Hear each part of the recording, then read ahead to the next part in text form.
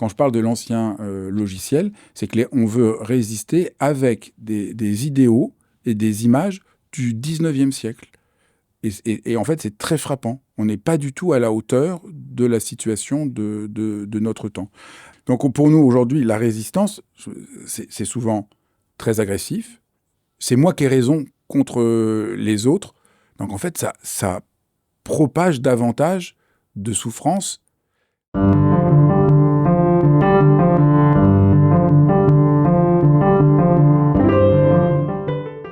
Bonjour Fabrice. Bonjour Marie.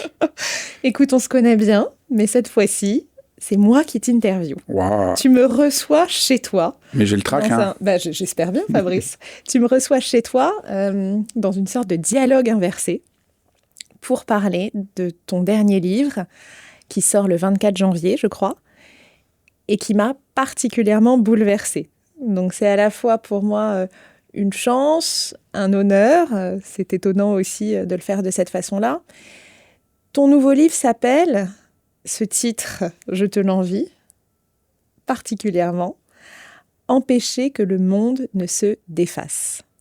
Alors c'est à la fois un titre qui résonne comme une sorte d'urgence, presque parfois comme un cri, alors que beaucoup d'entre nous en ce moment, et je pense particulièrement en ce début 2026, qui est assez confrontant, qui est assez chargé en termes d'actualité, en termes d'ambiance, d'atmosphère, beaucoup d'entre nous se sentent impuissants, presque anesthésiés par la violence de l'époque, par tout ce qui nous submerge.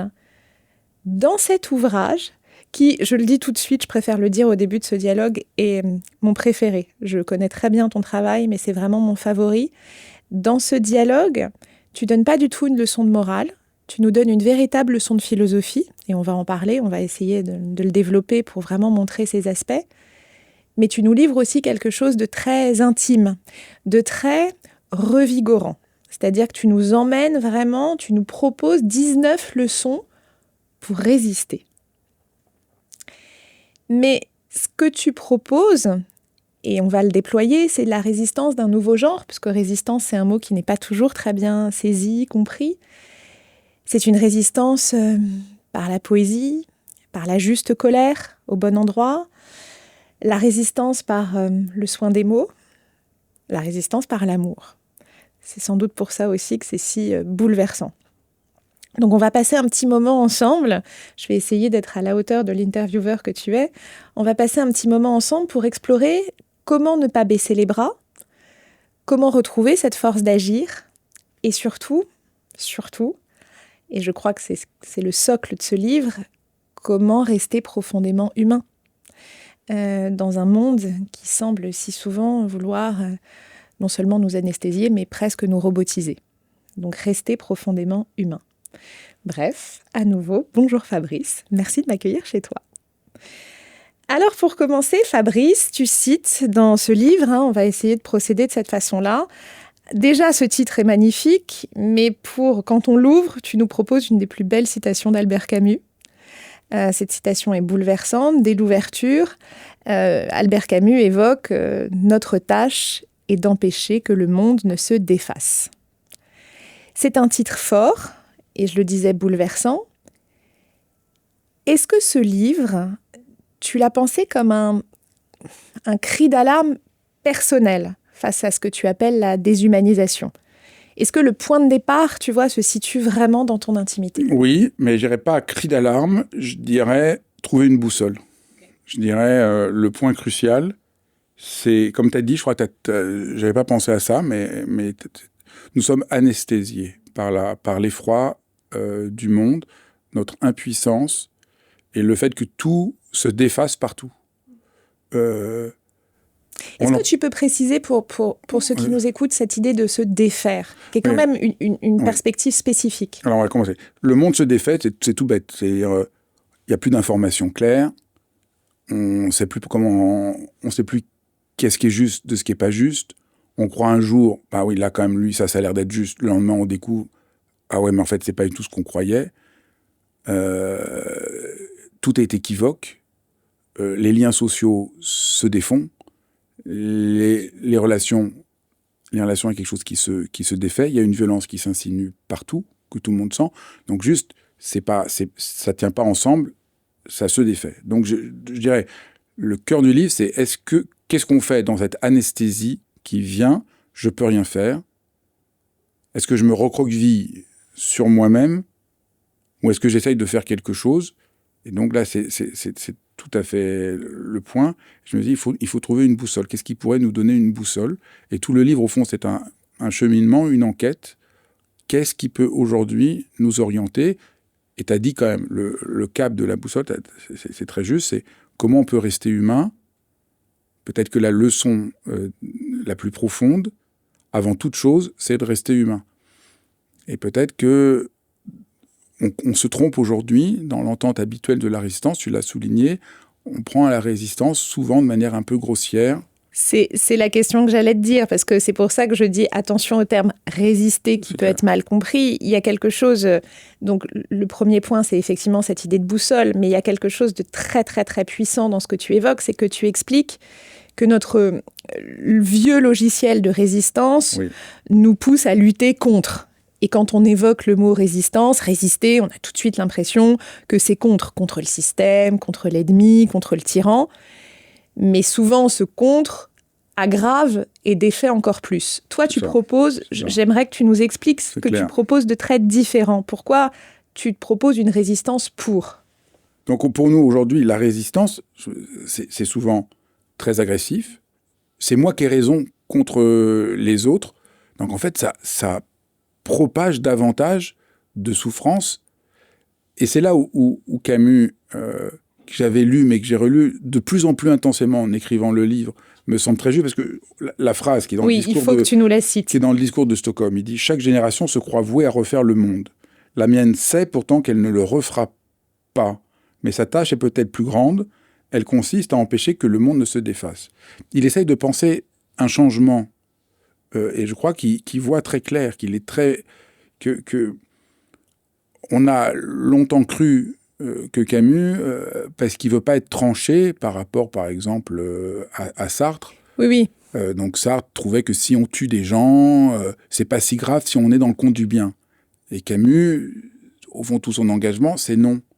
Au nom de la résistance au mal, on ne peut pas passer par perte et profit des milliers de gens qu'on tuerait. C'est un aveu d'humilité aussi. C'est humilité, c'est une pensée beaucoup plus subtile, c'est une pensée qui se remet en question, c'est une pensée... Et donc c'est ça que j'essaye de penser, une résistance à la hauteur de notre temps. Et il y a un autre point, quand je parle de l'ancien logiciel, c'est qu'on veut résister avec des idéaux et des images du 19e siècle. Et en fait, c'est très frappant. On n'est pas du tout à la hauteur de la situation de notre temps. Peut-être il faut que je précise sur le titre, c'est empêcher que le monde ne se défasse. C'est pas que notre monde. Oui. Notre monde, il y a un côté, on est très envie qu'il se défasse parce qu'il est inhumain. Mais pour comprendre peut-être la subtilité. La subtilité, c'est monde, c'est le contraire d'immonde. Quand on dit tous, c'est immonde. Quand c'est immonde, on peut plus trouver de place, on peut plus respirer. Il y a plus rien qui tient ensemble. Voilà, on est anesthésié, on est écœuré. Et donc, empêcher que le monde ne se défasse, c'est empêcher la possibilité de vivre ensemble, la possibilité de respirer, la possibilité de trouver sa place. Et c'est très important de comprendre qu'en réalité, nous, avec notre vieux logiciel, il y a d'un côté le politique, et qui implique un sacrifice de l'individu. Mm-hmm. De l'autre, il y a l'individu qui se pose des questions. Et ça serait au fond, la sagesse. Et il y aura une sorte de dichotomie.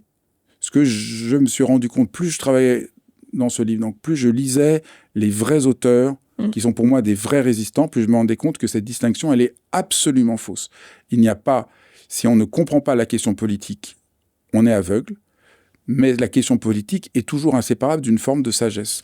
Oui, ce que tu veux dire, c'est que nos systèmes ce sont des systèmes de pensée, les choses sont imbriquées, et pas du tout juste ce qu'on pourrait croire, c'est-à-dire je me mets dans mon coin et finalement, peu importe si le reste est une catastrophe, si tant est que ma vie est à peu près convenable, non, ce n'est pas possible de penser de cette façon-là. Non, je ne peux pas lutter contre le mal, la haine, la destruction du monde, sans penser politiquement. Et je ne peux pas lutter politiquement sans essayer d'avoir une forme de sagesse. Parce que s'il y a, comme notre monde a séparé radicalement sagesse et politique. La sagesse est creuse, c'est des bons sentiments, et la politique est complètement sans cervelle, parce qu'elle n'a pas de sagesse. Mais c'est ça que j'aimerais, on va y revenir, mais dans ta résistance pour, c'est un véritable engagement. C'est cette réconciliation justement entre les deux. Donc là, c'est tout bête. Si je m'engage contre, je reste prisonnier de ce contre quoi je lutte. Et au fond, je suis fragile. Si je lutte pour la vie, pour plus de justice, pour plus de respect, alors je suis porté par quelque chose. Ça devient ouvert. Et donc, ça crée un vrai bouleversement d'orientation. Et je crois que c'est ça que je me rends compte, d'une manière toute bête, voilà, de dire, mais qu'est-ce qu'il faut faire quand le monde se déface? C'est se dire, mais pourquoi je veux lutter? Pourquoi? Après, je peux être contre certaines choses, mais je suis contre au nom d'un oui. D'un oui. Le non est nécessaire, mais si le non n'est pas au service d'un oui, c'est très bien quand les enfants disent non à l'âge où ils disent tous non, ça leur permet de devenir eux-mêmes. D'ailleurs, on appelle ça une étape d'affirmation. Voilà. Donc, c'est pas du tout une étape de négation, contrairement à ce qu'on croit parfois. Au contraire, c'est affirmer qui je suis en refusant. Et je crois que ça nous éclaire sur quelque chose de très profond. Le non est au service de quoi? Et souvent, j'ai l'impression qu'aujourd'hui, on a un non qui devient un enfermement identitaire qui isole les individus sur eux-mêmes. Et au fond, mon livre essaye de penser comment sortir de cet enfermement individualiste faux. Alors justement, j'allais te poser la question, avant d'en venir vraiment à la manière dont tu déconstruis nos sortes de prisons intérieures. Tu dis à un moment que ce livre est né d'une demande d'une amie commune, Susanna, qui avait le cœur serré par l'état du monde. Toi, Fabrice, dans ton quotidien, peut-être avant même de débuter ce livre, et peut-être au fil de l'écriture, tu as dû t'interroger sur ça. Qu'est-ce qui te fait le plus peur aujourd'hui? Avant de répondre à la question, je veux dire, la question... Ouais. Susanna m'a posé une question, donc elle me parle de l'état du monde, mais ce qui m'a fait écrire le livre, c'est une question toute bête. Elle me dit, le matin, j'écoute les informations. Ça me déprime pour le reste de la journée, mais je vais quand même pas ne pas écouter les informations et me couper du monde. Toi qui es philosophe, dis-moi... Est-ce qu'il y a quelque chose que tu peux me dire là? On veut tous avoir la réponse, Fabrice. Et là, je me suis dit, ça, c'est une vraie question. Et mon livre, il parle de questions, mais aussi bêtes que ça. Qu'est-ce que je fais? Alors, je peux répondre, il y a tout un chapitre, parce que, justement, qu'est-ce que ça veut dire s'informer? Est-ce que l'information nous informe? Comment préserver quelque chose? Comment on passe... Voilà, donc là, la réponse, elle n'est pas... Voilà, c'est pas... oui, c'est pas juste je vais couper ma radio et j'irai beaucoup mieux. Voilà, c'est pas du tout ça. Mais comment redonner la place? Pourquoi la plupart du temps, les informations qu'on écoute ne sont pas une vraie information qui nous nourrit? Qu'est-ce que c'est une information qui nous nourrissait? Comment moi, en réfléchissant à ça, je n'avais pas du tout pensé à ça. Ça m'a fait faire un exercice le matin de ne pas écouter les informations quand je me lève, peut-être lire plus tard les informations, mais lire un poème chaque matin comme exercice pendant 3 semaines que j'ai fait. C'est une des choses, effectivement. Et voir, mais après je dis aux gens, ils peuvent faire autre chose, hein, mais voir quelque chose qui nourrit la vie en moi et voir si du coup je regarde les choses autrement. Est-ce que ça me permet une autre lucidité? Donc c'est commencer d'abord comme ça le livre. Maintenant je réponds à ta question. Quand même, ce qui me fait le plus peur, c'est que le monde se défasse. C'est-à-dire qu'il n'y a plus rien qui tienne ensemble. C'est-à-dire qu'il n'y a plus de possibilité d'un moment de quelque chose qui est partage, qui est commun. Et au fond, presque tout le livre, c'est comment le langage nous empêche de voir les choses. Comment partout les choses... Enfin, c'est-à-dire, il y a 2 éléments.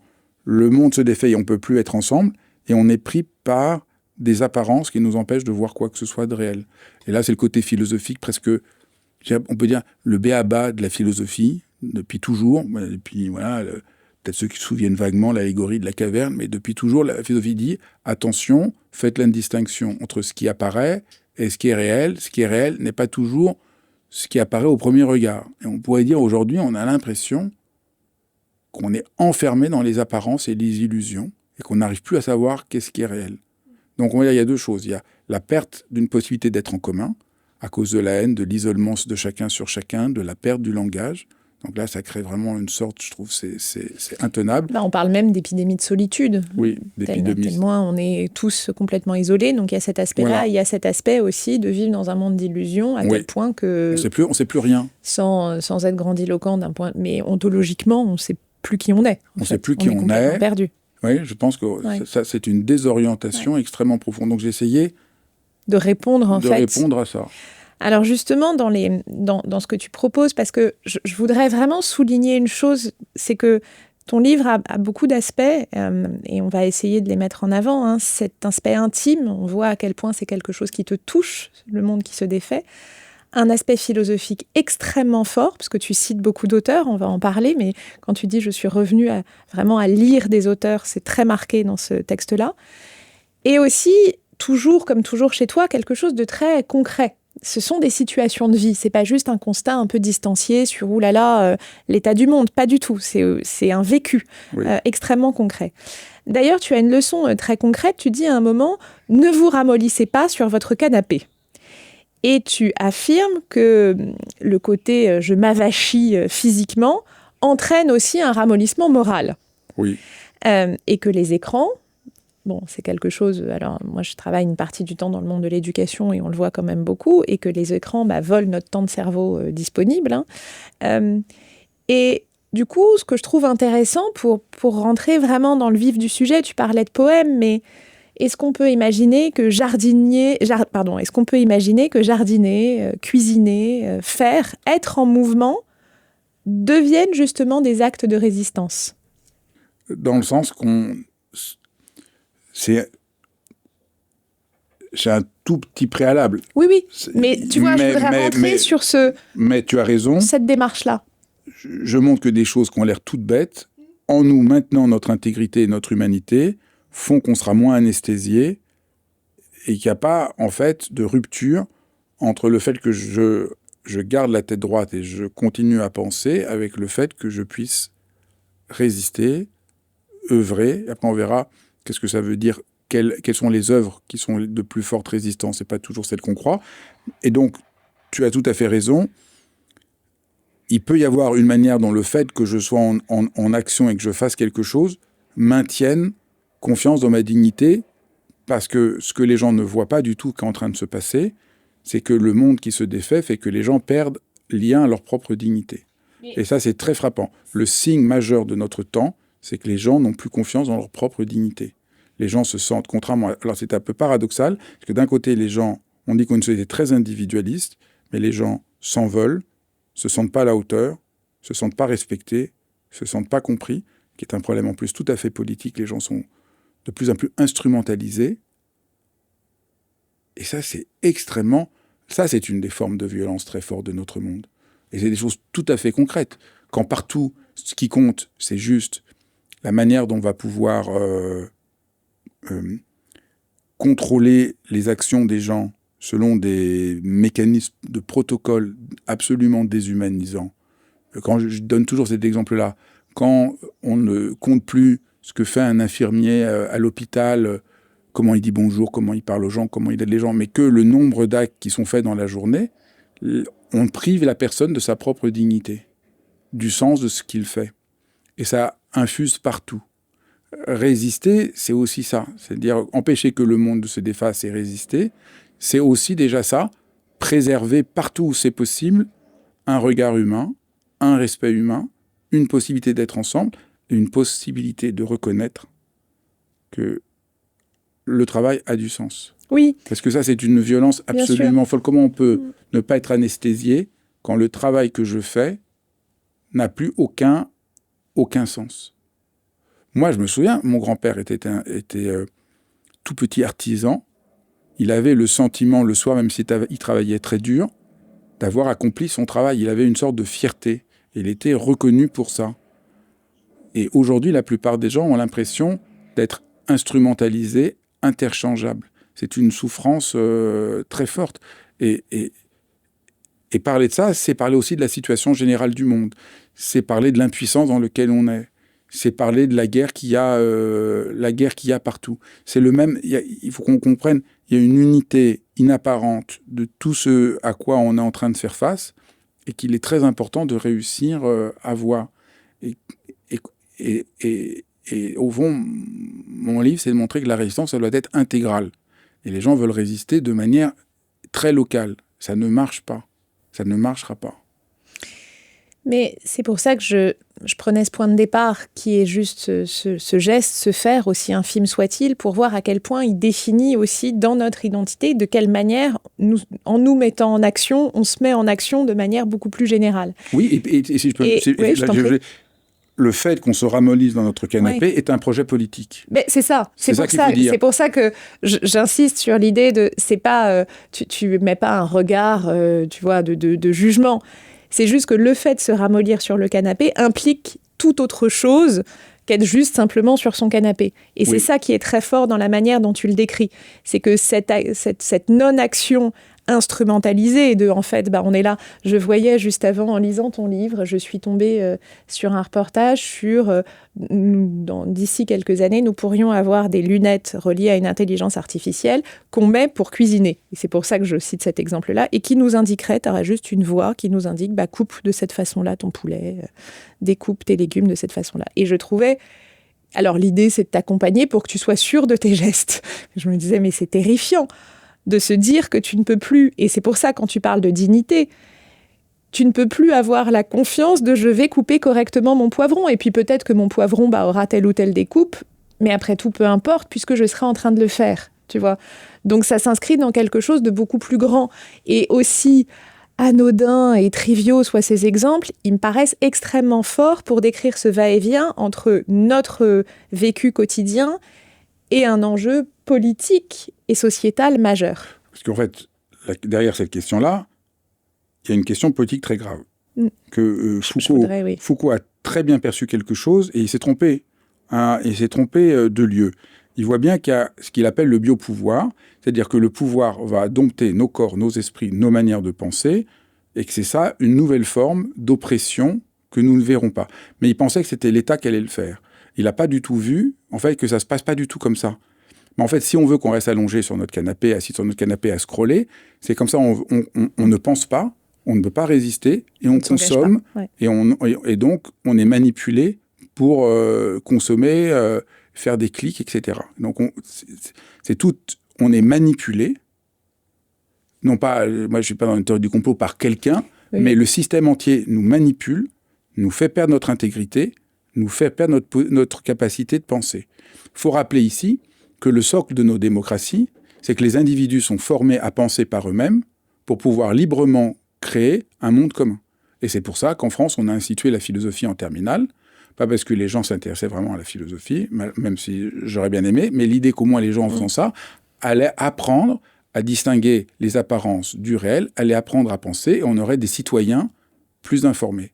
Le fait qu'on soit comme ça, de plus en plus ramollis, nous rend de moins en moins à même de pouvoir résister. Donc c'est pour ça que ne pas rester ramolli sur son canapé qui pourrait sembler juste comme ça anecdotique, mais ça permet très précisément de montrer tout ce qui se joue, et c'est très déculpabilisant, parce que chacun d'entre nous se sent coupable d'avoir son téléphone portable et de scroller. Et là, ce que j'essaie de montrer, mais non, vous n'êtes pas coupable. Vous êtes tous manipulés à coups de millions de gens qui savent, en travaillant sur les neurosciences, comment faire pour qu'on ne lâche pas. Comment faire pour que surtout tu restes là. Donc, nous résister, ici, prend des formes. On va résister à ne pas passer toute la journée sur son téléphone portable. On voit bien que c'est déjà une forme de résistance. Alors, ce n'était pas une forme de résistance il y a 20 ou 30 ans, qu'il faut essayer de repenser les choses. Qu'est-ce que ça veut dire aujourd'hui de retrouver un espace pour s'orienter. Et je crois que oui, ça, c'est... Et il faut prendre très au sérieux la manière dont ça devient vraiment difficile. Et toi qui es en rapport avec les jeunes, il faudrait ici réussir à comprendre que la crise majeure qui est en train de se passer de la santé mentale des jeunes est inséparable de cette manipulation politique Mais j'allais dire, tous les statistiques sur l'anxiété chez les jeunes générations est évidemment liée à cette impossibilité. Toute la journée, ils sont confrontés à des images de plus en plus horribles sans la possibilité d'intervenir. Donc évidemment que ça a un Je impact parlais hier sur- à un psychiatre qui me disait qu'il est confronté dans son cabinet à des souffrances de jeunes, d'angoisse, qu'il n'avait jamais vues. Jamais vu À ce par an. niveau-là, à ce niveau Ouais. d'angoisse, bon, lui, il voit des gens qui souffrent beaucoup, mais à ce niveau, mais pourquoi on ne fait pas le lien? On a l'impression, ah oui, bon, les jeunes, ils sont plus angoissés qu'avant, il y a des maladies mentales, il y a une explosion de maladies mentales, ils sont de plus en plus isolés. Pourquoi on ne voit pas? Oui, on qu'il y a dit toute beaucoup, on dit beaucoup que c'est juste qu'on les détecte plus. Mais non, c'est On pas n'est la pas en question. train de voir Ouais, ce qui ce se passe. qui se joue. Ouais. Et je crois que c'est ça, empêcher que le monde ne se Complètement. défasse. Alors, c'est une des 19 leçons. C'est Mais- une, mais- c'est mais- une mais- des dimensions, mais, mais qui ça me semblait permet de importante. voir, Ouais. ça permet de voir comment c'est difficile de retrouver notre intégrité, notre humanité. Bien sûr. Et on voit bien là, je crois, que le lien entre sagesse, côté tout à fait pragmatique, et côté complètement politique au sens le plus général. Sauver les jeunes de ce qui se passe est un combat politique extrêmement majeur. Et on a une réponse aujourd'hui uniquement technicienne. On se dit on va limiter le temps d'écran. Oui, on va supprimer l'écran au lycée. On veut juste avoir un truc. On reste dans un rapport technicien. Et au fond aussi, mon livre, c'est ça. C'est si vous croyez résister au monde qui se défait par davantage de protocoles, de normes et d'un rapport encore plus technique, alors que ce qui nous tue, c'est un rapport technique et déshumanisant à tout, ça ne va pas marcher. On va y venir justement aux outils de la résistance et à la force du sensible et de l'humain que tu mets en avant. Il y a un autre point dans tes constats qui m'a beaucoup marqué. Donc il y avait celui-ci, cette idée de se ramollir et de revenir au geste, au mouvement. Il y a un autre point qui m'a passionné et j'aimerais t'entendre là-dessus. En citant Milan Kundera, tu dénonces l'exigence de transparence absolue de notre époque, ce qui va avec d'ailleurs la réflexion aussi sur les protocoles. Tu dis que sans arrière-boutique, sans secret aux zones d'ombre, nous n'avons plus de force pour résister. Donc ça, c'est Montaigne qui parle de préserver son arrière-boutique. Alors, est-ce que tu peux expliquer cette dimension-là ? Alors, c'est intéressant parce que Montaigne, qui est un des plus grands philosophes français, mais c'est aussi quelqu'un qui se trouve à une situation catastrophique. Il est au moment de la guerre civile. Parce que je me suis beaucoup appuyé sur les contextes. Sur des penseurs qui ont fait face à l'effroi et comment ils ont fait. Donc, Montaigne vit la guerre des religions entre catholiques et protestants. Tout le monde se détruit, se tue. On tue dans une famille, le frère tue le frère. C'est un des moments terribles de l'histoire de l'Occident. Et donc là, Montaigne essaye de penser face à ça. Donc, il a vraiment un rapport. Justement, qu'est-ce que ça veut dire que le monde ne se défasse pas? Qu'est-ce que ça veut dire résister?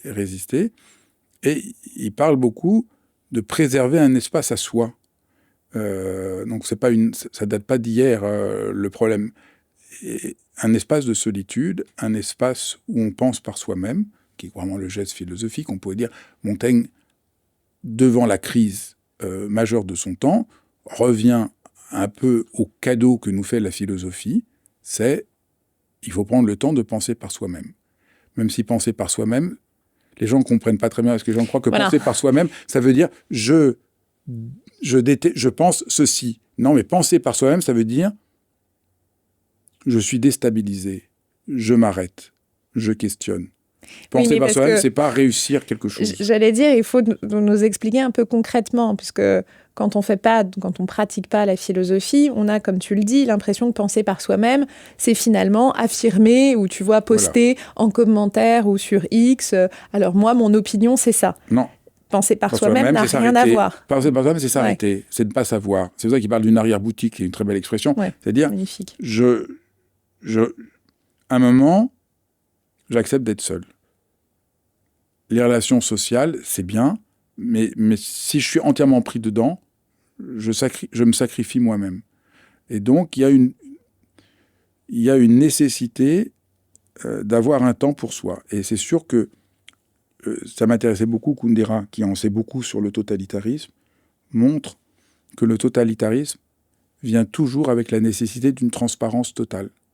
Que tous les grands totalitarismes, le stalinisme, etc., toujours, le nazisme, ont commencé par exiger que tu n'as plus d'intériorité, plus d'intimité, plus d'espace à toi, de pensée à toi, plus, alors bon, un autre allusion, une chambre à soi. Tu dois être complètement transparent, c'est-à-dire complètement manipulable, complètement instrumentalisable.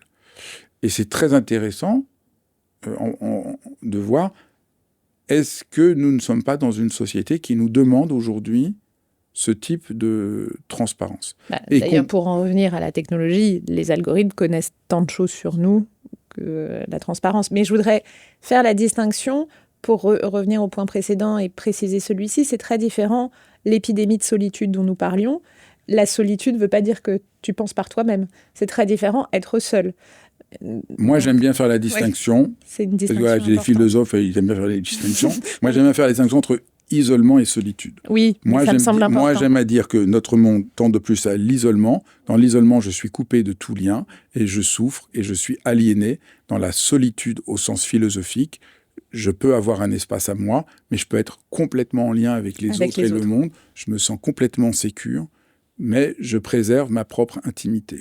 Et je crois que le grand drame de notre temps, c'est de confondre sans arrêt isolement et solitude. Très peu de gens connaissent la solitude, beaucoup de gens connaissent l'isolement, et c'est quasiment antipodique. Donc voilà. Mais c'est pas la solitude, je suis tout seul, c'est juste j'ai un moment pour. Mais qu'est-ce que je sens ? C'était un peu par rapport à la première question qu'on s'est posée. Est-ce que j'écoute des informations ou pas ? La question, c'est est-ce que quand j'écoute des informations, à un moment, qu'est-ce que j'en sens, moi, là ? Qu'est-ce qui me touche ? Qu'est-ce qui est important ? Comment je peux comprendre ? Un mouvement d'introspection. Un moment d'introspection, de résonance, que je laisse résonner ce qui se passe, que je m'autorise, et que ce ne soit pas juste quelque chose qui m'anesthésie. Donc, je peux avoir un rapport à l'information qui ouvre mon cœur, mon intelligence, ma manière d'être au monde, et je peux écouter l'information, et juste, je suis anesthésié, pétrifié ou anesthésié, et c'est juste une manière de me ramollir. Donc, donc c'est ça, le passage qu'il nous faut apprendre, chacun d'entre nous, à distinguer. Encore un point, ton livre est tellement passionnant, il y a plein de portes d'entrée, mais j'essaye de soulever des choses qui m'ont paru particulièrement importantes avant d'en venir aux outils. C'est, à mon sens, un des points très forts du livre. Tu nous demandes à un moment de dépsychologiser. Tu dis que ramener tous nos malheurs à papa-maman, ou à notre passé, nous déresponsabilise. Et nous empêche, justement, et on en revient toujours à ce va-et-vient qui est très fort, aux causes réelles, économiques, idéologiques, de notre souffrance. Donc, il y a une façon de dire, ne regardez pas juste votre nombril, regardez les faits. Est-ce que tu peux préciser cette invitation-là ? Bon, ça, c'est un peu un des points... tu mets le doigt sur un des points un peu cardinal de ma pensée depuis très longtemps. Oui, mais qui me semble vraiment majeur. Et la manière dont tu le développes dans ce livre, c'est assez éblouissant. C'est clair que mon livre, mon travail, tout ce que je fais, c'est contre la psychologisation abusive et généralisée qui a lieu. Donc là, il faut que je précise, pour être très précis. Oui. Je n'ai ici aucune opposition contre les psychologues cliniciens qui, dans le travail avec un autre être humain, entrent en dialogue et ouvrent une relation. Ce que je dénonce, c'est la psychologisation généralisée de tout. Le moindre problème est tout de suite analysé en fonction de mon histoire, de mes traits de caractère, ce qui nous empêche complètement de voir partout l'idéologie qui nous emprisonne et qui est extrêmement culpabilisant parce que tout ce qui ne va pas est de ma faute. On a vu un exemple tout à l'heure, je scrolle. Oui, c'est parce que je ne suis pas assez courageux. Psychologisation. C'est parce que je n'ai pas de volonté. Psychologisation. C'est parce que mes parents m'ont pas donné ce que je voulais. Enfermement dans une identité définitive. Psychologisation. Non. Il y a un aspect où je suis manipulé par une situation et tous les êtres humains aujourd'hui, ou la plupart, on est tous prisonniers de ce système-là. Donc c'est très important de commencer par regarder les croyances, les illusions, les apparences qui nous trompent. Et donc c'est ça que je propose. Donc c'est pas qu'il ne peut pas y avoir un travail. Au fond, un travail psychologique intelligent ne peut être fait qu'à un moment donné dans un cadre précis. Parce que là, je déjoue ce que je crois sur moi dans le travail avec un psychologue. Voilà, je croyais que j'étais ça, et en travaillant, en questionnant, dans le dialogue, mais c'est pas du tout ça. Donc c'est vivant. Mais la psychologisation, c'est l'enfermement. t'es comme ceci, je suis assigné à être quelqu'un de timide, Oui. je suis assigné, et alors c'est tout à fait, alors pour plein de raisons même existentielles extrêmement profondes, c'est tout à fait faux. Personne, en fait, c'est un enfermement, personne n'est 100% timide. Je suis timide dans certains cas, mais dans d'autres cas, je suis pas du tout timide. On voit les gens qui sont timides, c'est très drôle parce que il y a des endroits où ils sont pas du tout. Donc il faut faire attention. Ça peut être aidant, dire bon, je suis quelqu'un de timide, mais ça peut être aussi un enfermement. Mais plus radicalement, le problème de la psychologisation, c'est que ça nous empêche complètement de penser. Oui, c'est pour ça que je voudrais penser. vraiment que les auditeurs le comprennent. Quand je disais que ton livre était revigorant, pour moi, ici, c'est un bon exemple. C'est-à-dire, tu n'es pas du tout dans une condamnation de dire, évidemment, il y a des gens qui ont des histoires et des récits intimes qui les conduisent à avoir de tel ou tel type d'action. Ça, c'est pas du tout, c'est pas ce que tu dénies, absolument pas.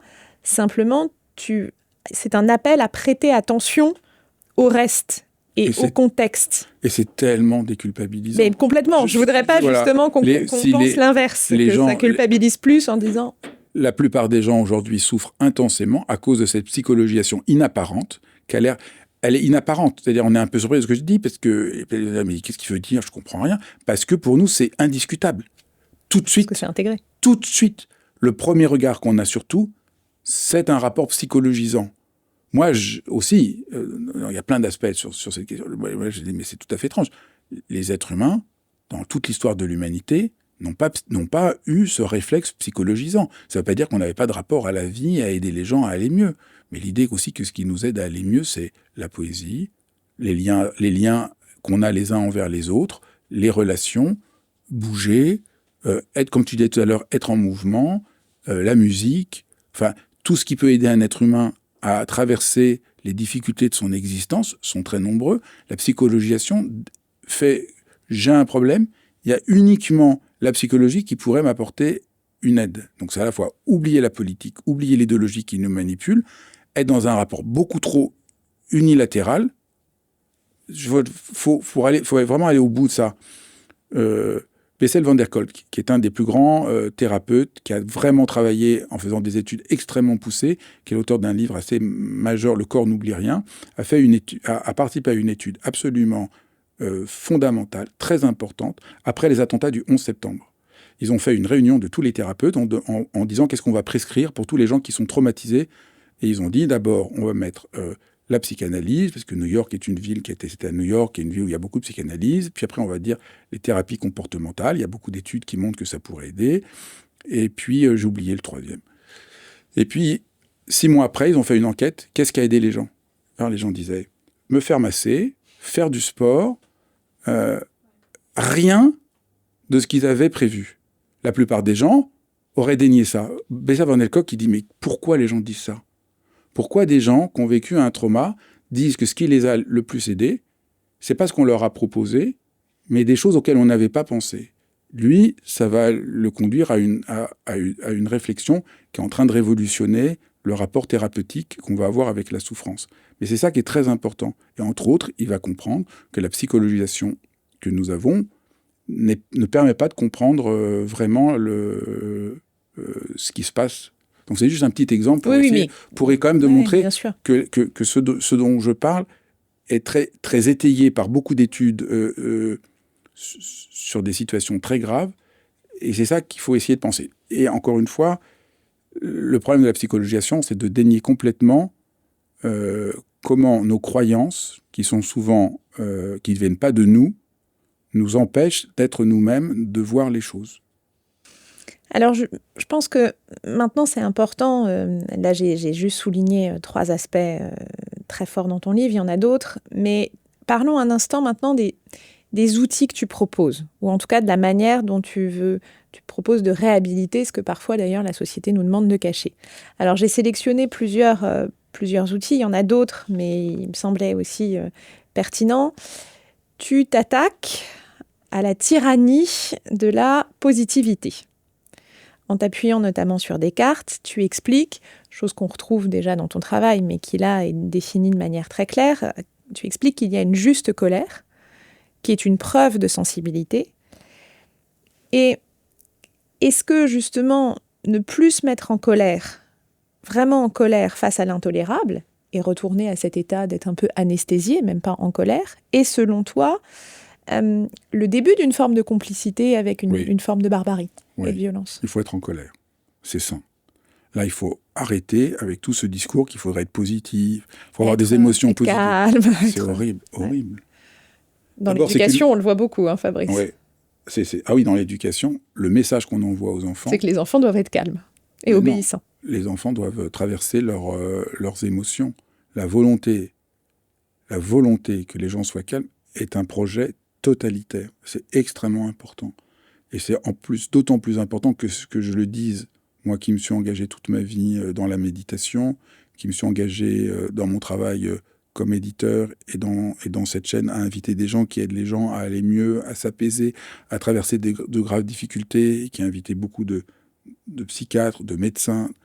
Donc je le dis ici, la meilleure manière de rendre quelqu'un encore plus mal, c'est de vouloir qu'il soit le calmer comme si c'était une machine qu'on appuie sur un bouton. Les émotions doivent être rencontrées, elles ont des choses à nous dire. Les expériences difficiles de la vie, on peut peut-être réussir à les surmonter parce que on les traverse, on reconnaît l'effroi. Et donc là, il y a quelque chose, mais à nouveau, d'effrayant, de monstrueux, de cette idée qu'il faudrait qu'on soit tous calmes et sages comme des images. Et donc qu'on serait coupable d'être en colère. Et la colère est absolument saine. Alors je fais la distinction entre... la colère est saine, et la colère qui est destructrice, au fond, c'est la colère ratée. Je suis assez content d'avoir... Ça, j'ai beaucoup travaillé. Exactement. Et à un moment, ça m'est venu. J'aimerais juste que tu te mettes dans une position de pédagogue et qu'on fasse la différence. On commençait cet entretien en parlant d'une résistance contre, qui est dans l'opposition permanente, mais en même temps, toi, tu réhabilites la juste colère. Est-ce que tu peux nous faire ce parallèle ? La colère ratée, c'est une colère qui n'ouvre à rien. C'est-à-dire, je te crie dessus, c'est une colère qui n'a pas fait ce qu'elle avait à faire. Parce que la colère, au début, elle est là pour restituer un peu d'ordre et de justice. Donc, je crois que c'est très important. La colère est toujours juste, mais la plupart du temps, la plupart d'entre nous, comme on ne l'écoute pas et qu'on n'a pas de rapport à elle, et qu'on est prisonnier de la positivité, on la vit comme quelque chose qui nous manipule et qui détruit les gens. Mais ça, c'est une colère, au fond, ratée. Et alors, je pensais à tout ça, et je me dis, non, mais là... Est-ce que je sens au fond... J'ai commencé par sentir au fond de moi. Mais oui, il y a des trucs, il y a des choses qui mettent profondément en colère. Et qu'au fond, c'est une force. Et donc, d'abord, je me suis rendu compte qu'on dit aux gens qui meurent de chagrin. On ne dit pas qu'on meurt de colère. Donc, et en travaillant, en étudiant des textes de grands psychiatres, en essayant de comprendre physiologiquement la colère, on comprend que physiologiquement, la colère, elle est absolument saine. Elle me permet de me défendre, elle me permet de sortir d'une situation où je suis prisonnier. Encore une fois, elle peut être ratée, parce qu'on ne suit pas le mouvement qu'elle nous invite à faire. Mais quand je suis en colère, je dis non parce qu'il y a quelque chose qui est insupportable. La colère est complètement, de ce point de vue-là, saine. Mais, je vais t'avouer, je me disais, quand même, est-ce que je vais oser écrire ça ? Puis j'étais avec un ami, je lui dis, quand même, faudrait que je regarde, peut-être un philosophe va m'aider à faire des distinctions qu'on ne fait pas autrement. Il dit, tu dois regarder dans Descartes. Et alors moi, je lui dis, je ne vais pas regarder dans Descartes, parce que même si j'aime beaucoup Descartes et que je montre qu'on se trompe complètement sur Descartes, notre rapport à Descartes est complètement faux. On vit là comme dans une illusion, on a l'impression que c'est horrible, que Descartes c'est le dualisme et tout ça, alors que c'est pas du tout ça. Et j'avais quand même rédigé, quand même, Descartes sur la colère, c'est quand même il va quand même nous dire qu'il faut mieux être calme. Je lis dans Les Passions de l'âme, qui est un de ses principaux textes, le texte sur la colère. Et là, ça m'est vraiment... Mais je l'ai reçu en... Il dit qu'un être humain qui ne se met pas en colère n'est plus un être humain. Mais c'est même d'une totale évidence. Puis évidemment, Descartes a lu d'autres textes, et je me rends compte que dans toute l'histoire de l'Occident, chez Aristote, il y a la même chose. Ne pas se mettre en colère devant l'injustice, devant le mal, c'est une forme de lâcheté, c'est renoncer à son humanité, et c'est pour toute la philosophie quelque chose de tout à fait catastrophique. Oui. Et pour nous, pourquoi même moi, qui suis convaincu de tout ça, qui écrit l'importance de la colère, sortir de la positivité. Même moi, je pensais encore que Descartes allait dire qu'il ne faudrait pas être en colère. On est complètement formaté à faire de la colère quelque chose quand même. C'est-à-dire, j'avais confiance, j'écrivais, je me dis, oui, quand même, la colère, c'est nécessaire. Je le vois dans ma vie. Je vois physiologiquement que c'est indispensable. Je vois que les gens qui peuvent plus se mettre en colère sont des gens qui deviennent soumis. Que c'est le cœur de la résistance. C'est partout marqué. Et bien, quand même, au fond de moi, quand même, je me dis, ah, c'est quand même pas si bien d'être en colère. Et là, et après, dans le livre, j'essaie de montrer l'opposition très radicale entre la colère et la haine. Et donc, être en colère, c'est le contraire de la haine. La haine, c'est vraiment ce qu'il faut dépasser, surmonter, ce qui nous aveugle. Tant que la résistance est marquée par la haine, c'est vraiment une catastrophe. Et c'est sûr que là, tu as raison. Si je suis pas en colère, je vais pas résister. Je vais pas trouver la force d'agir. Je vais baisser les bras. C'est pour ça qu'il y a ce devoir de colère qui se situe entre l'anesthésie, voilà, je suis tellement pétrifiée non plus, et cette haine qui me dépossède.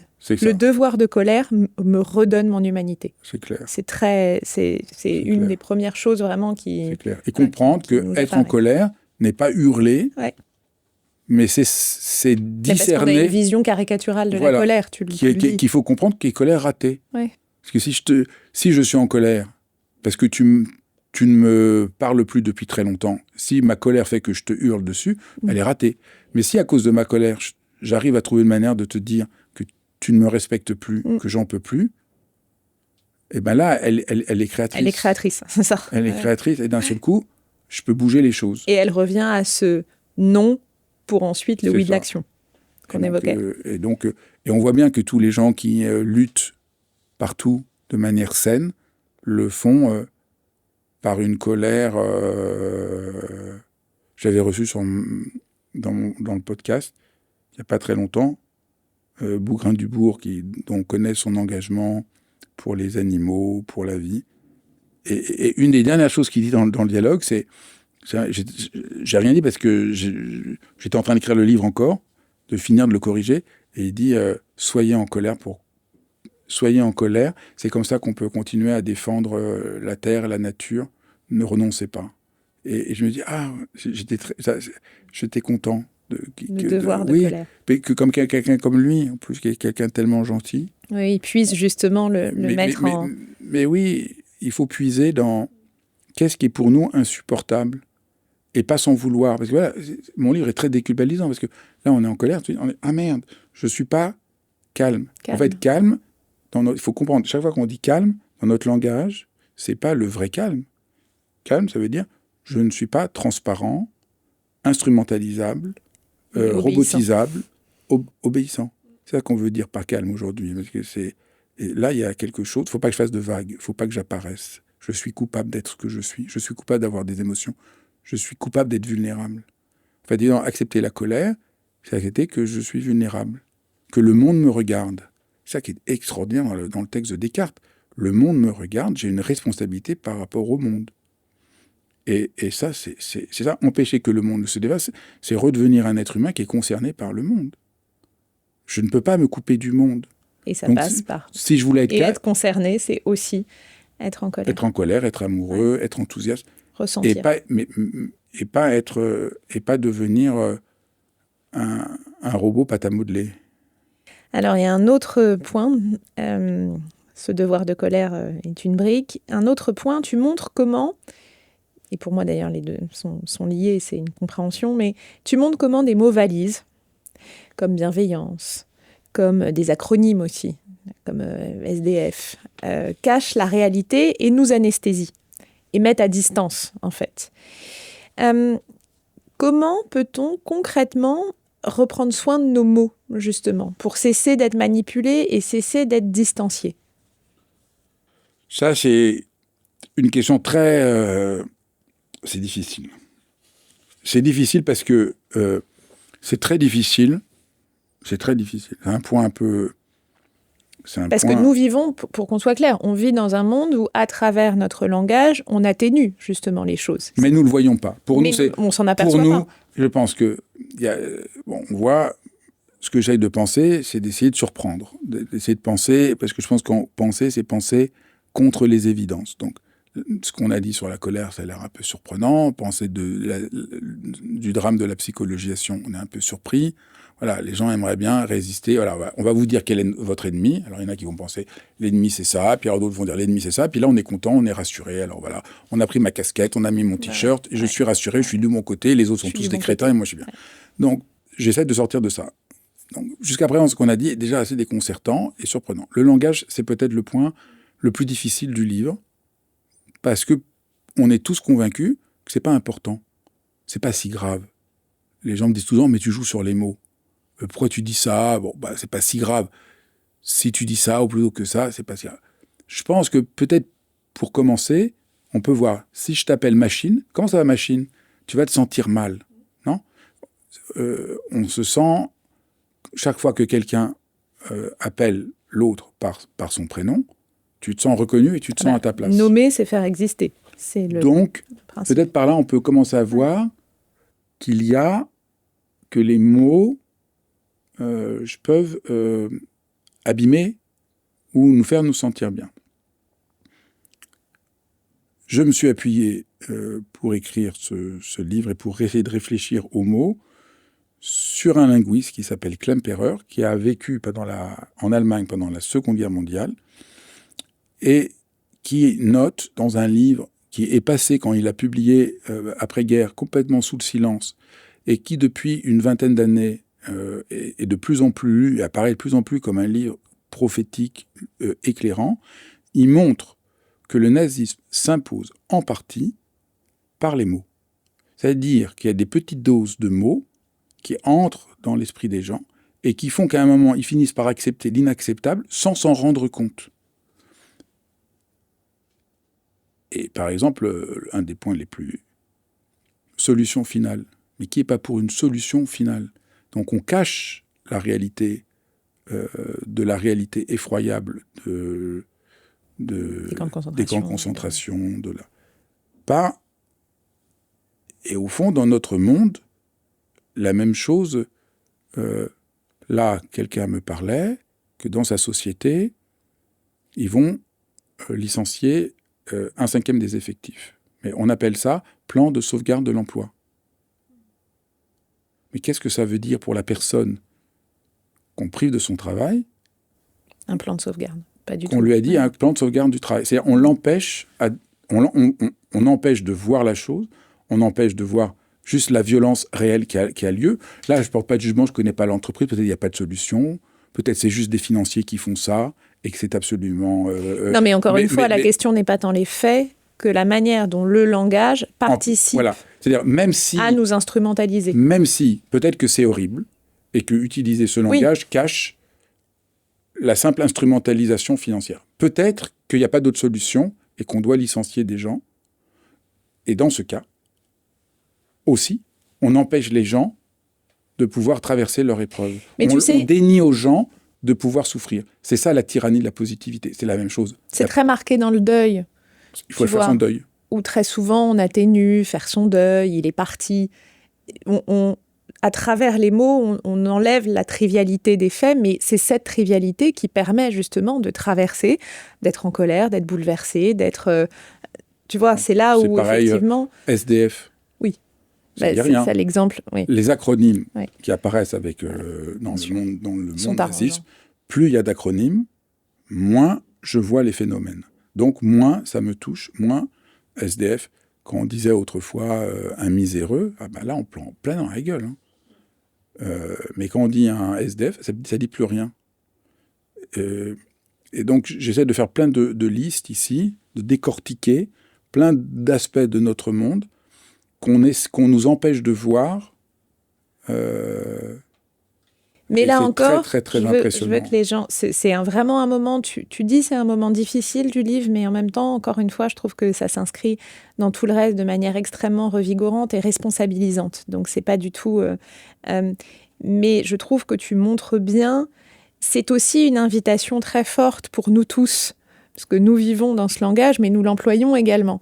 Et je trouve que même si c'est peut-être un point technique et un peu décontenançant et confrontant, en terminant ce chapitre, et pourtant, moi, le langage est quand même mon cœur de spécialisation en philosophie, puisque moi, je travaille sur le cercle de Vienne, qui portait évidemment une grande attention au langage, ça nous rappelle que nous l'employons aussi. C'est clair. Dans nos relations, dans nos échanges, dans nos communications, et qu'on y participe tous. Donc, devoir de colère, langage.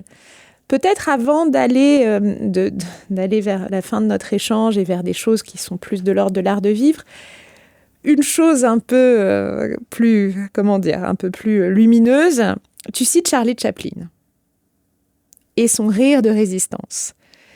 Alors, tu te dis à un moment, et j'aimerais juste que tu viennes là-dessus, pourquoi rire est selon toi cette arme absolue pour dégonfler les petits dictateurs? Heureusement que tu parles de ça, parce que là, sinon on aurait fait un... Sinon, voilà, c'est pour ça. J'allais dire, allez, il y a quand même des choses... Mais oui, mais qui sont aussi revigorantes, d'une autre manière. Clair, mais parce c'est que très toujours, revigorant. chaque chapitre, j'essaye de... On est solidifié. Et de déculpabiliser. Complètement. Ça fait un bien fou de rire. La seule manière de dégonfler une pression, c'est d'en rigoler. Et on voit que dans les situations tragiques, les hommes ont continué à se raconter des histoires et de rire. Oui, mais explique-nous pourquoi ça participe aussi à empêcher que le monde ne se défasse. Parce que... et que c'est pas juste une soupape.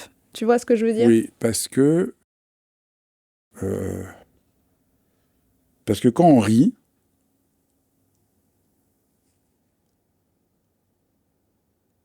on remet de l'humanité là où il n'y en avait pas. On empêche la chose de se figer. Et partout, on a dit la philosophie, c'est empêcher que la chose se fige. Il y a, dans le fait de rigoler, une manière d'éviter que les choses se figent. Et donc, ça, c'est vraiment... Et le rire est toujours... Les grands rires sont beaucoup plus fins et intelligents qu'on ne le croit. Et c'est pour ça qu'on est très... des affirmations. C'est très difficile de réussir à repérer pourquoi ça marche. Pourquoi... Et évidemment, quand même, le film Le Dictateur de Chaplin est quand même quelque chose de très, très énigmatique. Alors, il y a beaucoup de gens qui l'ont critiqué quand le film est sorti en disant « Non, en se moquant d'Hitler, il ne voit pas la gravité du mal qu'est Hitler. » Mais il y a quelque chose quand même moi, je trouve qu'il y a quelque chose qu'il saisit dans le film. La manière dont il nous fait rire de ce qui nous terrifie est très importante parce que, et là maintenant je réponds beaucoup mieux à la question, là c'est ça le point central sur le rire, parce que le mal, l'effroi, nous donne le sentiment que je ne peux rien faire, que je suis impuissant. Mon patron me terrorise, je sens que je ne peux rien faire. Les situations me semblent terribles, je sens que je ne peux rien. Quand je ris, ça me redonne du pouvoir. Ça me donne du pouvoir. C'est la seule manière de défaire cette affreuse fascination qui me donne l'impression d'être un lapin devant les phares d'une voiture. Et devant le mal, je me sens comme un lapin, je suis anesthésié. On a commencé notre dialogue en disant on est anesthésié. Quand tu ris, tu sors de l'anesthésie. Et donc, ça peut nous aider à trouver la force de résister. Ouais, à reprendre pied. Oui. Alors, il y a aussi dans ton livre, pour peut-être terminer, on pourrait se parler des heures, mais c'est vraiment mon livre favori, donc je ne peux que engager nos auditeurs à le lire. Mais il y a aussi des choses très pratiques. Alors, tu parlais de cette espèce d'hygiène matinale, ce poème, j'ai adoré cette perspective, lire un poème le matin plutôt que d'écouter les infos en boucle. Tu dis aussi quelque chose de très pratique, mais très fort. Pour quelqu'un qui se sent aujourd'hui écrasé par l'impuissance, tu dis « faites un effort n'importe lequel ». J'ai trouvé ça incroyable. C'est quoi Est-ce que tu peux développer cette idée de l'urgence du petit pas qui déjà nous met en mouvement? Ce « faites un effort n'importe lequel » est quand même très, très lumineux. Oui. Là, on va peut-être toucher un autre point un peu cardinal du livre. Dans notre monde, résister, on pense presque unilatéralement, ça va être résister contre ce qui se passe aujourd'hui en Ukraine, en Afghanistan, en Iran.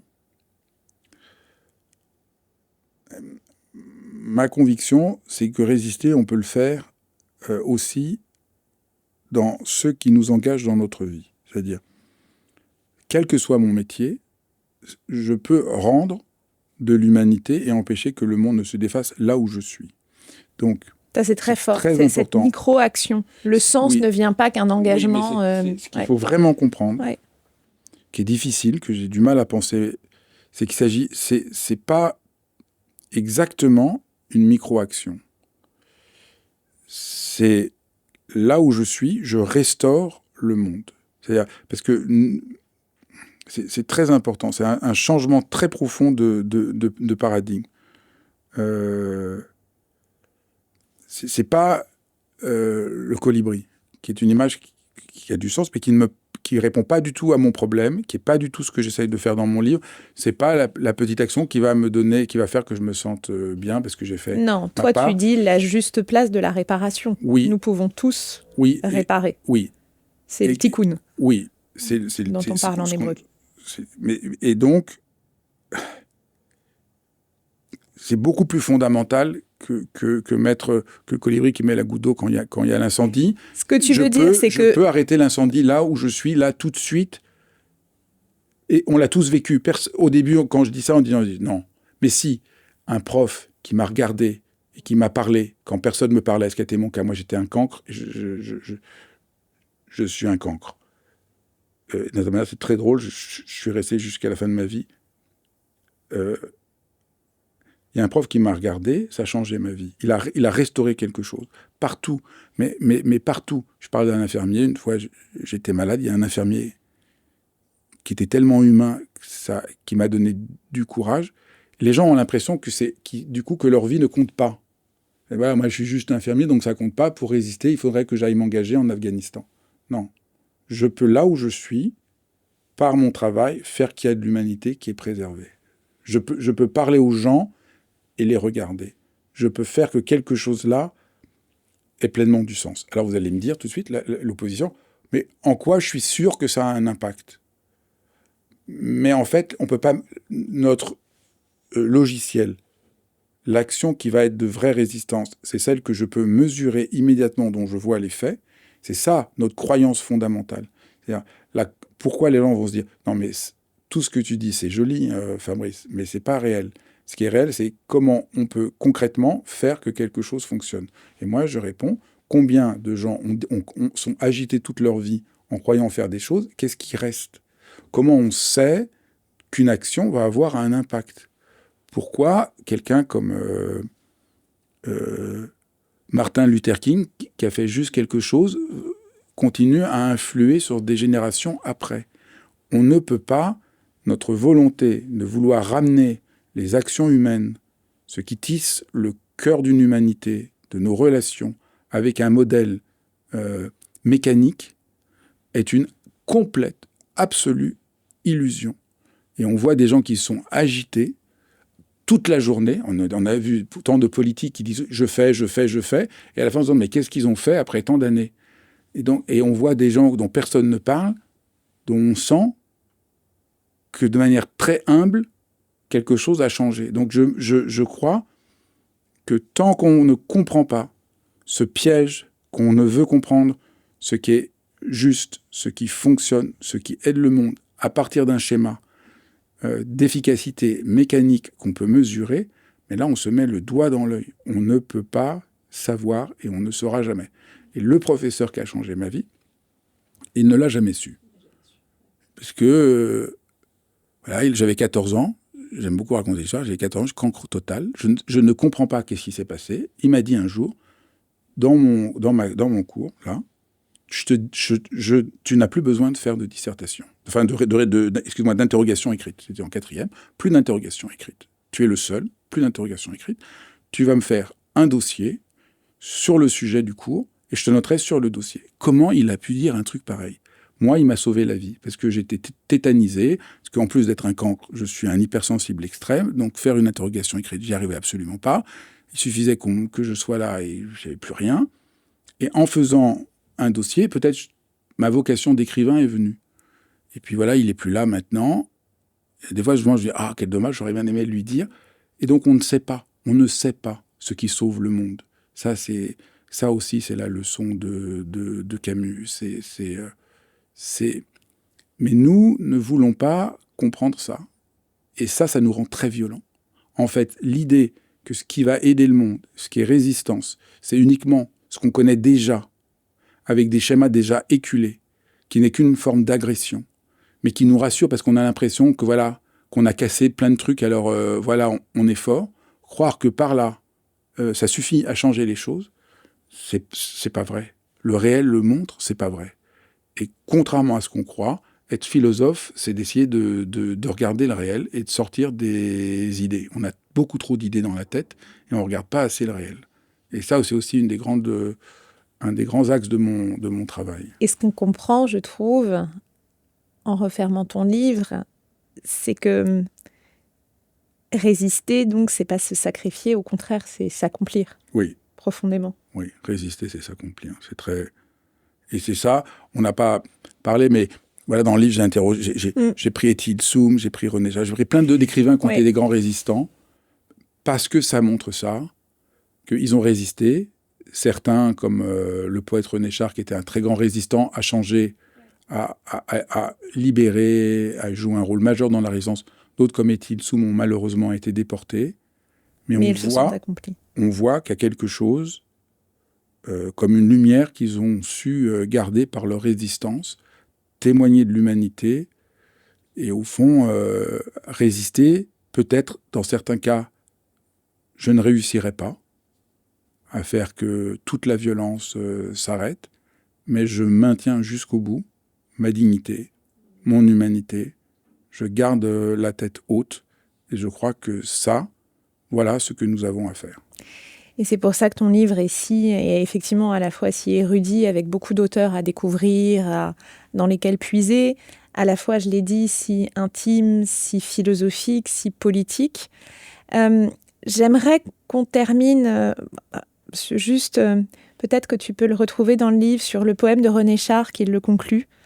J'aimerais juste que tu nous le lises, parce que ça me semble quand même être un appel à ne pas baisser les bras. Avant, j'allais juste dire, érudit, oui et non, parce que c'est érudit extérieurement, parce qu'il y a beaucoup de références, mais ce qu'il faut comprendre, c'est que je me suis dit, la seule manière que ce que j'essaye de dire soit audible, c'est de montrer que les gens l'ont vécu. Donc je raconte beaucoup d'histoires pour montrer que quand j'explique que la colère est saine et pas la haine, que c'est pas juste mon idée de parce que l'idée que j'ai, elle n'a aucun intérêt, mais c'est ça qui a apporté tant des plus grands résistants dans l'histoire de notre Occident. Et c'est ça que j'ai voulu faire. Ce que je trouve érudit, quand je dis érudit, c'est parce qu'effectivement, il y a beaucoup de références, et d'ailleurs, elles sont listées dans le livre.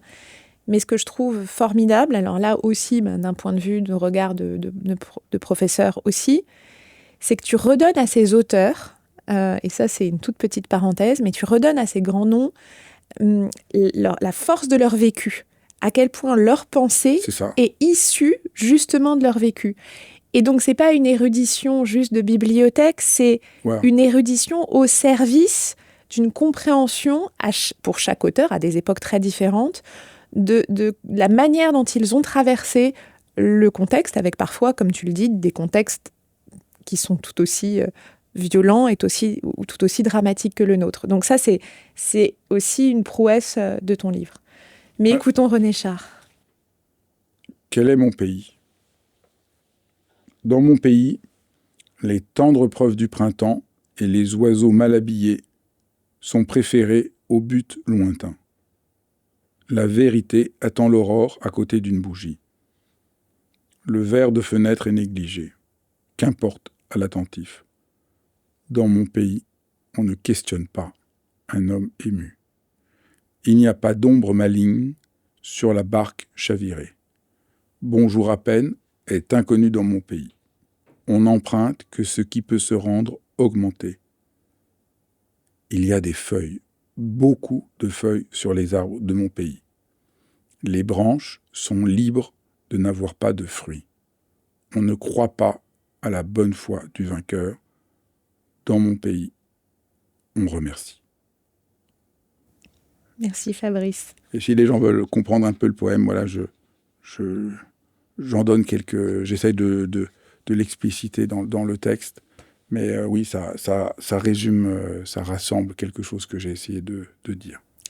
Merci Fabrice pour ce livre formidable et merci de nous inciter à faire en sorte que ce monde ne se défasse pas. Merci beaucoup Marie. Merci à toi.